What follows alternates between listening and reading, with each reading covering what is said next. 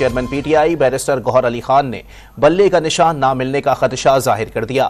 Peshawar high court کے باہر media سے گفتگو میں انہوں نے واضح کیا کہ کل تک انٹرا پارٹی انتخابات تسلیم نہ کیے گئے تو نشان الاٹ نہیں ہوگا۔ ایسے میں تحریک انصاف کے امیدوار آزاد تصور ہوں گے۔ انہوں نے سوال کیا، صرف ایک سیاسی جماعت کے ساتھ امتیازی سلوک کیوں؟ کیا الیکشن کمیشن نے کسی اور جماعت سے 32 سوال پوچھے؟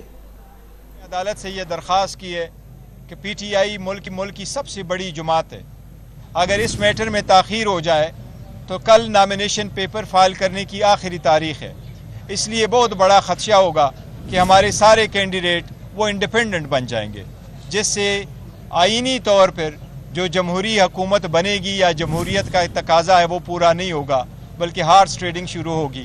اتنی تاخیر کے بعد یہ فیصلہ آنا تو بڑی ناانصافی ہوگی، نہ ہمارے پاس وقت ہوگا۔ اس لیے عدالت سے درخواست کی ہے، عدالت نے آبزرو فرمایا ہے کہ انشاءاللہ انصاف کے مطابق فیصلہ ہوگا، جلد ہوگا۔ شاید آرڈر آج کسی وقت آ جائے شارٹ، یا کل تک آرڈر آ جائے۔ ہمیں امید ہے اس عدالت سے انشاءاللہ تعالی، عدالتوں پہ ہمارا پورا اعتماد ہے۔